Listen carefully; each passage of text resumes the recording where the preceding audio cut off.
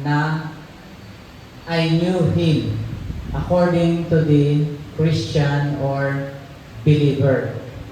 Ibig sabihin, ang sabi lahat ng Christian, at saka yung mga believer, kilala ko na si Jesus, kilala ko na ang Diyos.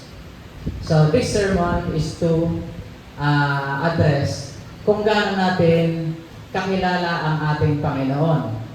At hindi kasama rito yung mga non-believer, lalo na yung walang relasyon. Mas malamang na hindi nakilala ang Panginoon. Ngayon, paano ba ipinakilala ng Diyos sa atin ang ating Panginoong Jesus, mga kapatid? So, ang ating pong talata, o susing talata, na pagbubulay-bulay ngayong umaga, ay matatagpuan po natin sa 1 John chapter 2, verses 3 to 6. Inaanyahan ko pong lahat ay tumayo, pansamantala, at samahan po ninyo akong basahin ang talatang ito sa wikang Pilipino o Tagalog. Ano po? Ang sabi dito sa 1 John chapter 2, verses 3 to 6, ang sabi po, nakakatiyak tayong nakikilala natin ang Diyos kung sinusunod natin ang Kanyang utos. Maliwanag po yun, yung Kanyang utos daw. Ang nagsasabing nakikilala ko siya or I know Him, ang sabi, ngunit hindi naman sumusunod sa Kanyang mga utos ay sinungaling at wala sa Kanya ang katotohanan. So, ibig sabihin, even you are Christian, even we are Christian, kung hindi natin nasusunod yung sinasabing utos ng ating Panginoon, tayo raw ay nagsisilbi lamang na sinungaling. Verse 5, ngunit ang tumutupad sa salita ng Diyos ay umiibig ng wagas sa Diyos. Sa ganito, nalalaman natin na tayo'y talagang nasa Kanya. At yung huling verse, sino mga nagsasabing nananatili siya sa Diyos ay dapat mamuhay tulad ng pamumuhay ni Hesus Kristo. Tayo po ay umuot, tayo po ay manalangin sandali. Ama naming Diyos na banal, minsang pa, O Diyos, nagpapasalamat po kami at patuloy naming pinupuri ang inyong pangalan. Salamat po, Panginoon, sa inyong mga salita. Nasa kasalukuyan ay aming pagbubulay-bulayan, Panginoon, upang maunawaan namin kung paano ba yung sinasabi mong sundin ang utos ng aming Panginoong Hesus at kilalanin namin siya bilang Panginoon namin at tagapagligtas ng aming buhay.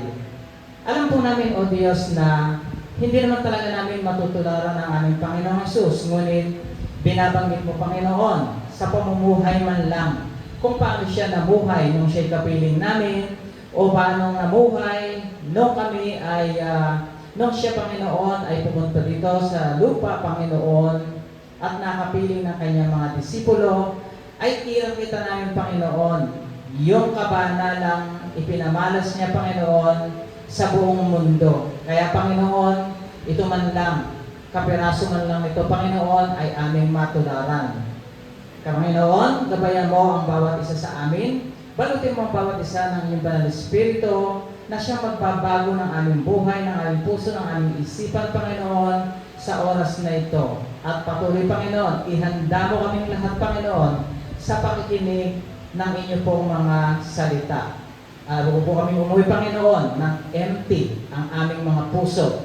Pagkos, Panginoon, punuin mo ito ng pangunawa, pagmamahalan, Panginoon, at pag-ibig, Panginoon, sa paglabas namin mamaya sa bahay-sambahang ito. Ito po ang aming panalangin sa makapangyarihang pangalan ng aming Panginoong Hesus.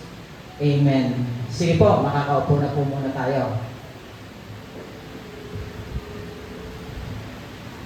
Sabi po natin kanina, makinig tayo mabuti, at mapalad tayo, at makakapakinig na naman tayo ng salita ng ating Panginoon. Dito sa pangalawang frame, yung susunod na frame natin, kinuha ko ito doon sa isang sermon ko before. Paano ba i-describe ng Diyos Ama ang Diyos Anak? Ano po? Kaya, sa Tagalog, mauunawaan natin ito. Ang sabi po doon sa Hebrews chapter 1, verses 1 to 3. Noong una nagsalita ang Diyos sa ating mga ninuno. sa iba't ibang panahon at sa iba't ibang paraan sa pamamagitan ng mga propeta. Ngunit sa mga huling araw na ito, siya'y nagsalita sa atin sa pamamagitan ng kanyang anak. Sa pamamagitan ng anak ay nilikha ng Diyos ang sanglibutan at siya ang piniling tigapagmana ng lahat ng bagay. Iyon ang pagkakakilala o gustong ipakilala sa atin ng Ama, ng Diyos Ama para sa Diyos Anak. Ano po? Dahil daw sa Kanya ay nilikha ang lahat ng bagay sa sanlibutan. Verse 3, nakikita sa anak ang kaluwalhatian ng Diyos. So, ibig sabihin, kung paanong namuhay ang ating Panginoong Hesus, ay ganoon din ang makikita natin sa ating Diyos Ama. Kung ano ang Diyos, ay gayon din ang anak. Siya ang nag-iingat sa sansinuko sa pamamagitan ng kanyang makapangyarihang salita. Pagkatapos niya linisin tayo sa ating mga kasalanan, siya'y upo sa kanan ng makapangyarihan doon sa langit. Alam po ninyo, kaya nahihirapan minsan yung mga ibang Kristiyano na magtuloy-tuloy o minsan nagkakaroon pa ng backsliding na take-up nga natin minsan, di po ba? Napakasama kung magpa-backslide pa tayo o tatalikod tayo sa ating pananampalataya because Jesus cannot be saved, those people. Pag tayo ay nagkaroon ng pagtalikod sa ating relihiyon mismo. Paano natin dapat titingnan ng ating Panginoon? Ang Panginoong Jesus mismo ay ang ating Diyos mismo, mga kapatid. Tingnan natin yung susunod na talata, mga kapatid. Ano po? Na makikita natin doon sa Hebrews chapter 1 verses 8 to 10. Ito po ay lagi kong nababanggit minsan. Okay po? Ang sabi po rito sa wikang English, but of the Son he says, your throne, O God, is forever and ever. The scepter of uprightness is the scepter of your kingdom. You have loved righteousness and hated wickedness. Therefore, God, your God has anointed you with the oil of gladness beyond our companions. And you, Lord, laid the foundation of the earth in the beginning, and in the heavens are the work of your hands. Basahin natin sa wikang Tagalog para lubusan po natin maunawaan. Kasi po, dalawang binabanggit dito, Diyos, mga kapatid. Ano po? Dalawang Diyos ang binabanggit dito. But they are common. Ano po? Sabi nga natin, Jesus is God. God the Father is also a God. Ano po? Yun ang hiwaga. Pero wag po natin isipin yun literally na magkaiba yung dalawa. Ano po? Magkaiba sila in a sense na God the Father is not Jesus. And Jesus is not God the Father. But they are both God, mga kapatid. Ibig sabihin, pareho silang Diyos, mga kapatid. Paano sinasabi sa atin dito? Tingnan natin, mga kapatid. Ano po? Dito sa wikang Pilipino. Ngunit tungkol sa anak ay sinabi niya, ang iyong trono, O Diyos. Ibig sabihin, ito yung tinawag ng Diyos Ama na Diyos Anak na Diyos, mga kapatid. So, napakaliwanag niyan. Kaya, itanim natin sa utak natin na pag sinabing Jesus, gawa o gawi ng ating Panginoong Jesus, Christ-likeness, big deal sa atin yan bilang Christian, mga kapatid. Ano po? Ngayon, yung ibang tao na magsasabing, hindi siya Diyos, huwag na natin po yun pansinin. Ang importante, mga kapatid, ay yung doktrina mismo na sinasabi mismo ng banal na kasulatan. Ayan na po, mga kapatid, napakalinaw. Patuloy ko pong babasahin. At magpakailan pa man, ikaw, yun ang anak, ay maghaharing may katarungan. Katarung ay iyong mahal, sama-samay namumuhi. Kaya naman ang iyong Diyos. Ibig sabihin, Diyos Ama ang nagsasalita, tanging ikaw, yung anak, ang pinili.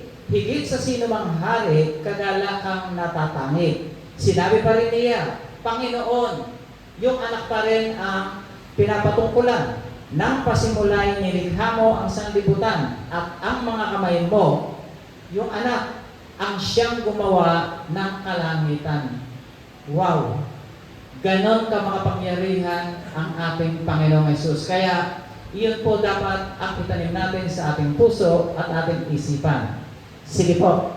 Ano ba ngayon yung level of our perception pagdating daw sa ating Panginoong Hesus? Ang sabi sa atin, maliwanag, God wants us to know Him. Dapat daw kilala natin ang ating Panginoong Hesus. Katulad ng ating mga magulang, ang ating mga anak, kilala natin sila. Pero may gusto pa ang Diyos para sa atin. Yung level nga raw ng perception, ano? Ang sabi, God wants us to know that we know Him. Ano yung pagkakaiba niyan? Makinig lang po tayo mabuti at bibigyan natin ng malinaw na paliwanag kung ano yung pagkakaiba ng dalawa na yan. At yung pangatlo, God wants us to know that we are walking in the obedience to His Word. In obedience to His Word. Sige po, talakayan natin isa-isa. Una, God wants us to know Him. Ano ba yung ibig sabihin nito? Sabi sa John 17:3, at ito ang buhay na walang hanggan, ang makilala kanila na iisang tunay na Diyos at si Jesucristo na iyong isinugo. Ibig sabihin, isinugo sa atin ang anak. Malinaw ito na dapat alam natin mismo yung kasalanan natin ay napawalang bisa dahil sa pagkakasugo ng ating Panginoong Jesus. At iisa lang ang sugo, mga kapatid, ang Panginoong Jesus lamang. Malinaw yan sa John 17:3. Hosea 6:6. Ano sabi? Sapagkat wagas na pag-ibig ang nais ko at hindi handog. Pagkilala sa Diyos sa halip na handog na sinusunog. Ito na po yun, mga kapatid. Ano po? Ibig sabihin, ang kailangan daw ng Diyos, mga kapatid, ay yung wagas na pag-ibig. Pag sinabing wagas, ito na po yung the best na pag-ibig. Sacrificial love, any kind of love, agape love, iyan ang gustong-gusto ng Panginoon na isukli natin para sa Kanya. Ay, paano natin maiibig ang Diyos kung meron tayong doubt sa isip natin? Hindi, tao si Jesus eh. Hindi ganoon, mga kapatid. Kaya nga, malinaw ngayon ay pinaliliwanag natin ang ating Panginoong Jesus mismo na likhain pa lang, bago pa lang likhain ang kalangitan, ay siya na mismo ay nandun na, mga kapatid. Ano po? Iyon yung hiwaga. Huwag nating isipin na literary word na basa natin, ama, anak para sa atin, na meron tayong anak. Hindi po ganon ang Biblia, mga kapatid, malayo. Even the mathematics used by the Bible is different from us, mga kapatid. Pag sinabi natin 1 plus 1 plus 1 plus 1 is 3 sa atin. Pero sa Biblia, mga kapatid, magkakaiba po yan. Ano po? Kaya iyon ang hiwaga mismo ng kapangyarihan ng Panginoon para sa atin. Jeremiah chapter 9 verses 23 to 24. Ang sabi ni Yahweh, si Yahweh mismo sabi, huwag ipagmayabang ng matatalino ang kanyang karunungan o ng malakas ang lakas na kanyang taglay, ni ng mayaman ang kanyang kayamanan. Bakit daw? Kung may nais magmalaki, ang ipagmalaki niya'y ang pagkakilala, pagkaunawa sa akin. Ang sarap, mga kapatid, ano? Ay ano kung mahirap na buhay ako? Ay ano kung ito lang ang buhay ko? Kumakain naman ako ng 3 beses maghapon. May sinisilungan ako. May tahanan ako. Meron akong damit na sinusuot. Pero ang pinakamahalaga, yung kilala ko mismo ang Diyos. Kapatid, ako na po magsasabi, panalong-panalo ka doon. Mas lamang ka na doon sa mga namumuhay ng marangya, ngunit hindi naman nakilala ang Diyos, mga kapatid. Iyan ang sinasabi sa atin dito. Pagkakilala, pagkaunawa sa akin, sapagkat aking pag-ibig ay hindi nagbabago, bakatarungan at patuwid ang mga ginagawa ko. Ito ang mga bagay na nais ko. Ako si Yahweh ang nagsasabi nito. Maliwanag, ano? Pangalawa, God wants us to know that we know Him. Mamaya natin i-differentiate, mga kapatid. Ano ang sinabi ng Philippians 3:10? Ang tanging hangarin mo ngayon ay lubusang makilala si Kristo. More in depth, mga kapatid, yung pagkakilala. Hindi lang Nakilala mo siya na pinakilala sa atin, o tigapagligtas mo siya, Panginoon mo. Tapos na. Jesus Christ, alam mo spelling. Nakilala mo siya sa pangalan. Literally. Pero ang sabi ng Diyos sa atin, gusto pa natin makilala. Ang tanging hangarin mo ngayon ay lubusan pang makilala si Kristo. Maranasan ang kapangyarihan ng kanyang muling pagkabuhay. Makibahagi sa kanyang mga paghihirap at maging katulad niya sa kanyang kamatayan. Ganon sinalarawan ng Apostle Paul kung paano gusto niyang makilala ang ating Panginoon. Biro nyo, isasakripisyo niya lahat hanggang kamatayan, mga kapatid. Ang gusto lang niya ay lubusang makilala ang ating Panginoon. Romans 12:2. Ano po ang sinabi? Huwag kayong makiayon sa takbo ng mundong ito, sa halip. Hayaan ninyong baguhin ng Diyos ang inyong pag-iisip upang maunawaan ninyo ang kanyang kalooban. Sa gayon, magagawa ninyo kung ano ang mabuti, kalugod-lugod at ganap na kalooban ng Diyos, mga kapatid. Focus.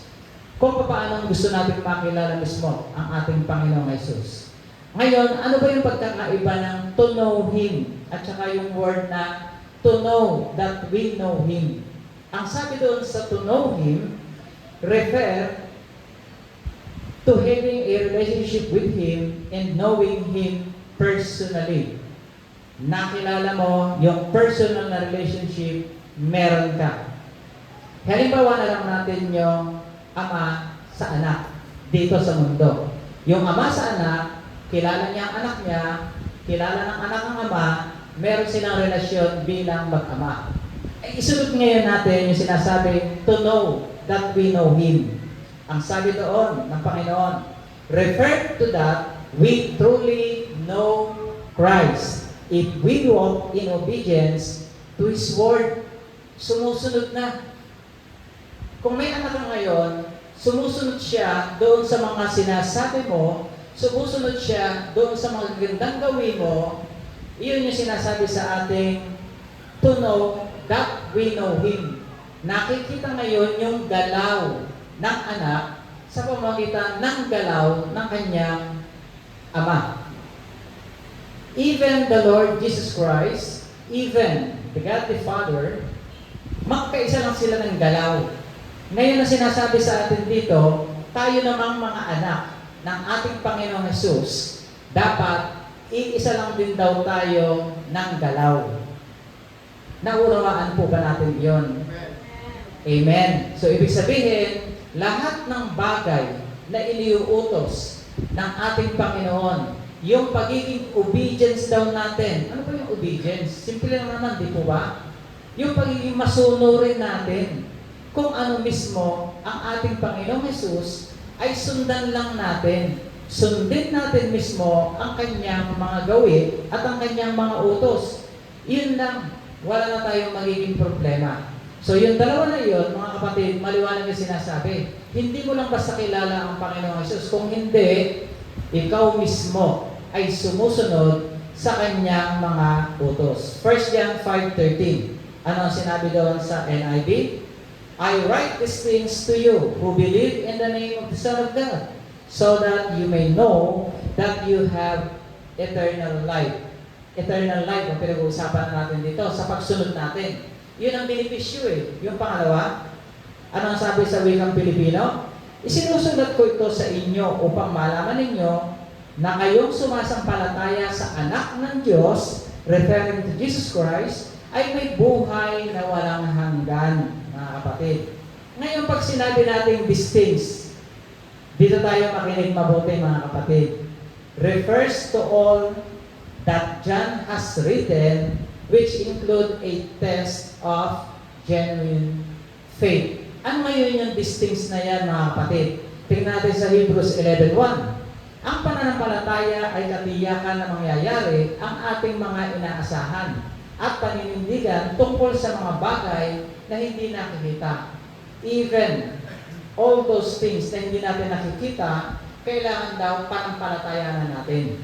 Iyon sinasabi sa atin, Mark 9:23, kung may magagawa ako, tanong ni Jesus, mangyayari ang lahat sa sino mang may pananampalataya So, andun yung pananampalataya. Job 1:21, ang sabi niya, hubad akong lumabas sa sinapupunan ng aking ina, hubad din akong babalik sa lupa.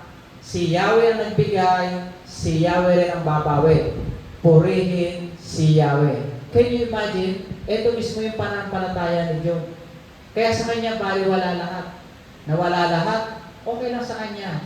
Pero, Diyos pa naman babalik, mga kapatid.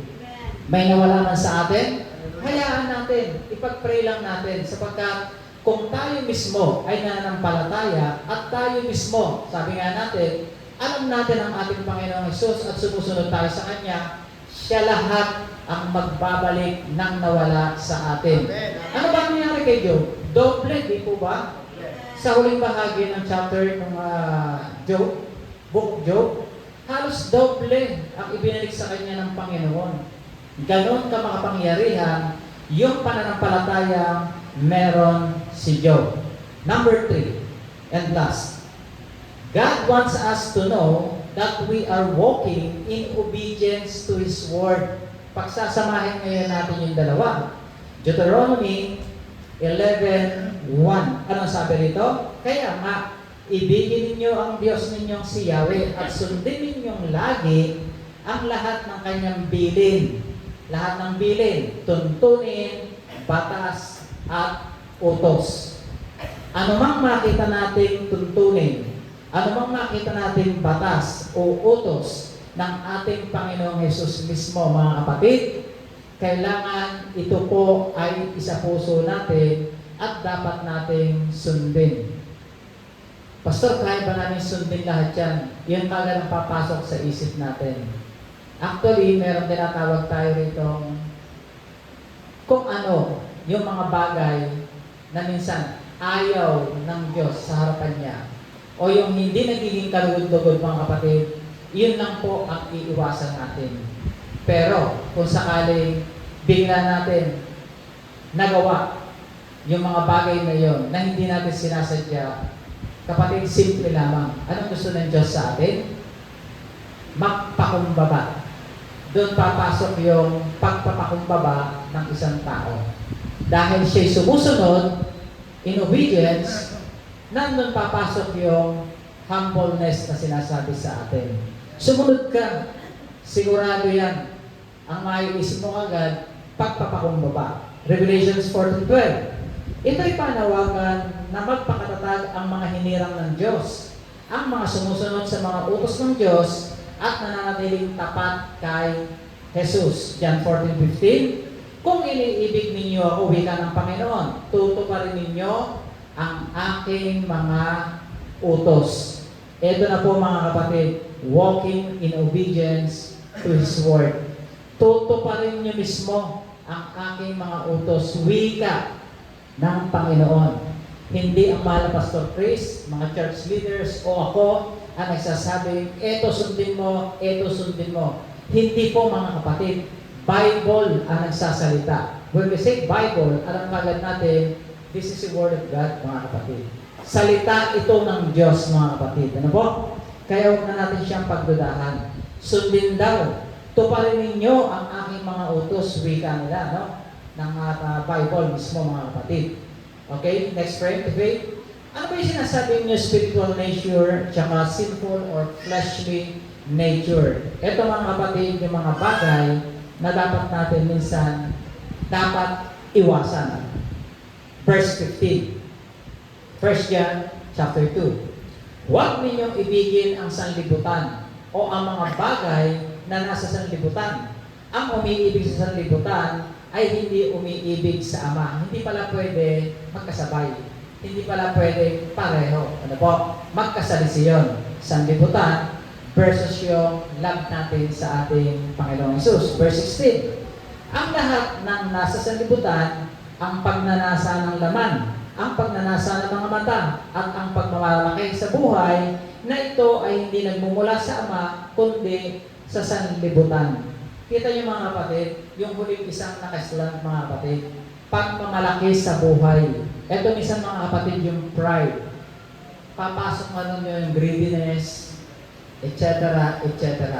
Yung pagiging masamang ugali natin, pag pumasok siya dun sa pagmamalaki sa buhay, mga kapatid, iyon ay isang kasalanan na sapagkat ibinukod mo na ang sarili mo sa Panginoon at niyakap mo na ang sanglibutan, mga kapatid. Yung nandito sa sanglibutan. Kaya hanggat maaari, tayo po ay nakikiusap na anumang bagay yung naiisip natin sa ating kapwa, sa ating mismong bahay-sambahan, sa ating samahan, mga kapatid, sa ating mga kapatiran. Huwag na natin isipin yung, hindi ako dyan na ayoko umatin. Hindi, ayoko mag-message dyan. Alam niyo kapatid, nagkakaroon kayo ng pinatawag na pagmalaki na sa buhay. Na po? Minsan nagiging ugali natin iyon. Pero masakit man siya o hindi natin minsan matanggap, pero mga kapatid, minsan kailangan natin tanggapin kung ang sabi nga sa atin dito, talagang sumusunod tayo sa ating Panginoon. We are walking in obedience to our Lord Jesus Christ. Ang sabi pa po rito, mawawala ang sanlibutan at ang lahat ng mga bagay na pinagnanasaan ng mga tao. Ngunit ang mga sumusunod sa kalooban ng Diyos ay mabubuhay magpakailanman. Ano ba yung thinking ng nasa labas at thinking ng mga Christian na nag-church? Hindi po yan pareho, mga kapatid. Magkaiba po yan. Ano po? Ngayon, meron tayong common denominator na yung mga tao sa labas at yung mga nasa church, may iisang ipinaghalin tulad yan. Alam na alam lahat nating mga tao na lahat ng bagay sa mundo, mga kapatid, ay lilipas. Anong sabi ng Biblia? Walang kapwa bato ang matitira na nakatungtong sa kapwa bato. Ibig sabihin, mga kapatid, maliwanag ang sinasabi doon. Sabi nga ni Job, lumabas siyang hubad at babalik siyang hubad sa Panginoon. Alam na alam yan kahit ng mga mayayaman. At yung mayayaman na yan, kung natatandaan niyo minsan ang ikwento ng ating mahal na Pastor Chris, hirap na hirap yung kalooban niya dahil siya may kaya kung papaano siya lolooban ng mga masasama. Ang tagal nilang hinihintay dahil pinoprotektahan nila yon. Alam niyo bang ganun din yung thinking ng mayayaman ngayon? Magpasa lang tayo ng magpasa, makikita natin. Pagod na pagod sila sa isip nila. Pag perang kailangan nila ngayon, kinabukasan, pera ulit. At sa kinabukasan, pera ulit. Ayaw na lang yung pera nila ay hindi lalaki. Alam niyo ba yung paglaki? May hangganan yun. Ano po? Pero sa ating mga buhay, sa atin na may tamang relasyon sa Diyos, mga kapatid, lahat pantay. Anong word na tawag natin doon? Contentment, mga kapatid. Palakpakan natin po ang ating Diyos. Pag tayo po ay kontento sa buhay, wala na tayong iisipin pa, mga kapatid. Matthew 5:28, ano po ang sinabi? Ngunit sinasabi ko sa inyo, ang sino mang tumingin sa isang babae nang may pagnanasa ay nangangalo niya na sa babaeng iyon, sa kanyang puso. Ganon tinitignan, ganon kaselan, ganon tinitignan ng Diyos mismo kung paano magkakasala ang tao. Hindi ito nanasa basta ng laman, kung hindi tumingin pa lang, mga kapatid. Ano po?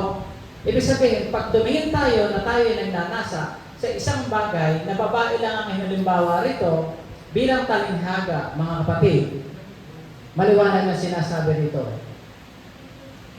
tayo ay nagkakasala na. Si kapatid na ganon, nakabili ng tricycle, bago. Inggit na inggit ako. Ayan. Si kapatid na gano'n, nakita ko, nag-beach, nag-swimming. Ang gaganda ng mga bathing suit, tsaka swimming trunk. Bibili rin ako niyan. Mga kapatid, nandun yung tinatawag natin, naiinggit tayo. Ito mismo ang halimbawa nun, mga kapatid. Maliwanag. Ano ang dapat? Dapat daw, pagpasalamat natin, ikatuwa natin at naranasan nila yun. Later on, basta tuloy-tuloy lang ang faith natin, Ipaparana sa atin iyon ng ating Diyos, mga kapatid. 2 Timothy chapter 2 verse 22. Kaya iwasan mo ang masasamang hilig ng kabataan, sa halip ay pagsikapan mo ang maging matuwid, tapat, mapagmahal at mapayapa, kasama ng mga taong may pusong malinis na tumatawag sa Panginoon.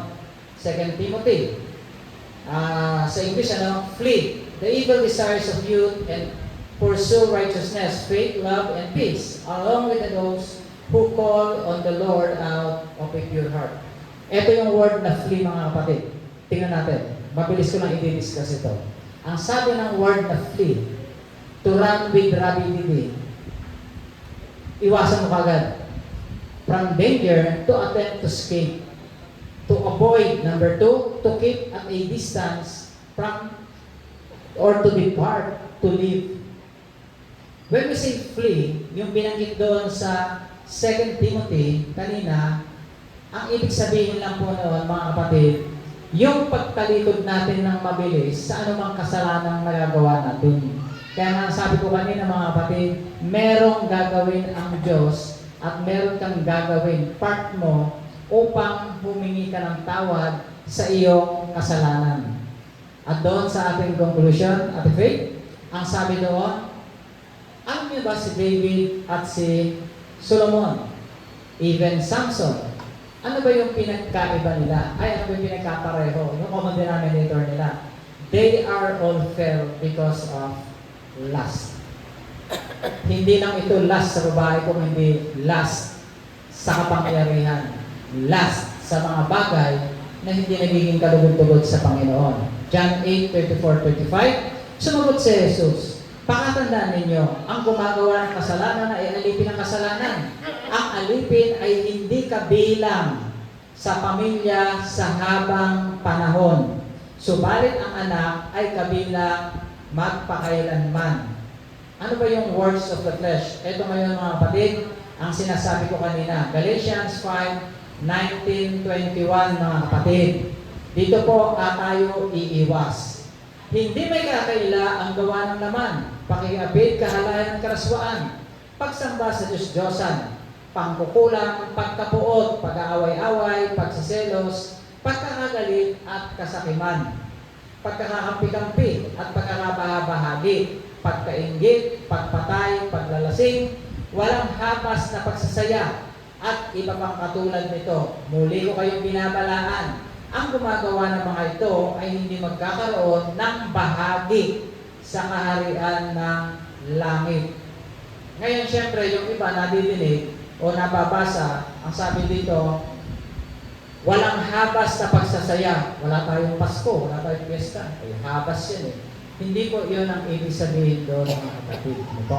Malayo po yun doon sa talagang sinasabi mismo ng salita ng Biblia. Pag sinabi natin walang habas na pagsasaya, mga kapatid, eto na po yung mismo, hindi nyo na napapangalan ng Diyos, mga kapatid. Kung naghanda ka ba naman ng pagkain sa inyo, birthday mo, halimbawa, pero nag-pray ka, andun yung mga patiran, nag-pray kayong lahat. Ang pinasalamatan nyo, sino pinasalamatan? Ang Diyos muna. Iyon ang pinaka-importante, mga kapatid. Itaas muna natin siya bago lahat. So, ibig sabihin, hindi sinasabing habas, handa ang sinasabi. Ang isip nila handa, lechon. Gusto makakain ng lechon ni kapatid na ganito eh. Bakit hindi mo paghahanda yan, di ba? So, walang nakasimple yan, mga kapatid. Ano po?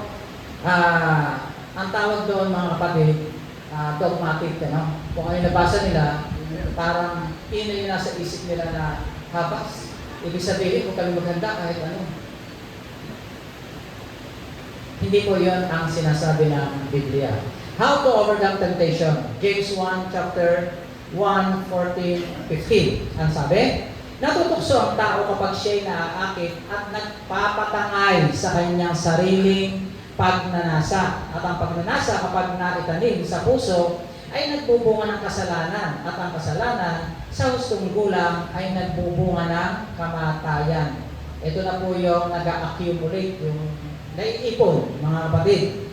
Nagbubunga na yan ng kamatayan. 1 Corinthians 10:13, Wala pang pagsubok na dumating sa inyo na hindi naranasan ng ibang tao. Tapat ang Diyos at hindi na ipahintulot na kayo subukin na higit sa inyong makakaya. Sa halip, pagdating ng pagsubok, bibigyan niya kayo ng lakas upang makayanan ito at ng paraan upang malampasan ito. Ang lakas natin ay ang salita ng Diyos, mga kapatid.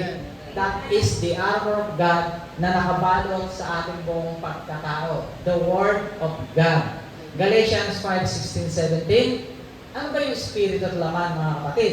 Sinasabi ko sa inyo, mamuhay kayo ayon sa Espiritu at hindi niyo pagbibigyan ang mga pagnanasa ng laman. Sapagkat ang mga pagnanasa ng laman ay laban sa kagustuhan ng Espiritu at ang kagustuhan ng Espiritu ay laban sa pagnanasa ng laman. Magkalaban ang dalawang ito, kaya napipigilan kayo sa paggawa ng nais ninyong gawin. Last two frame, James 3, chapter 13, verse 10 to 11. Sa isang bibig nang gagaling ang pagpupuri at panlalait, hindi ito dapat mangyari, mga kapatid.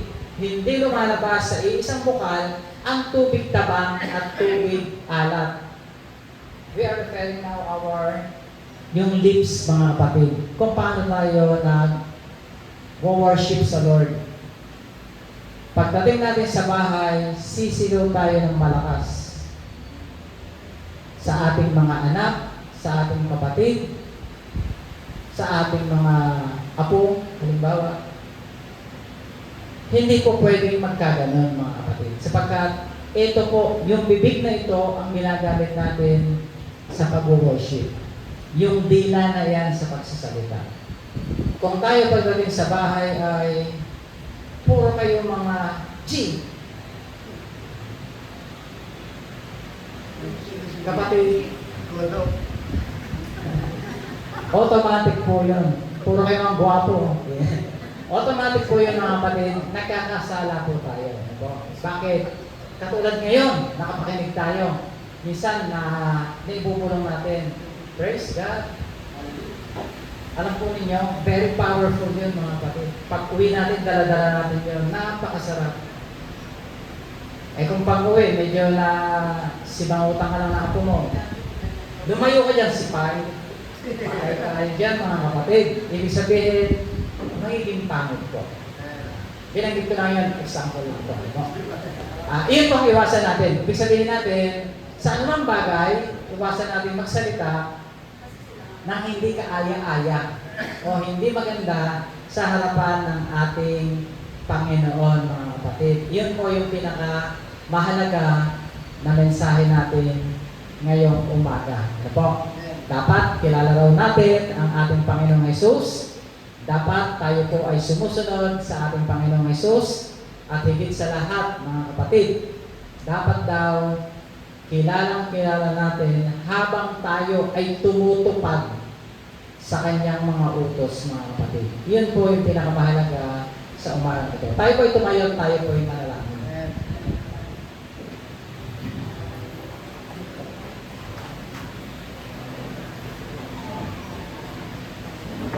Hallelujah, Jesus.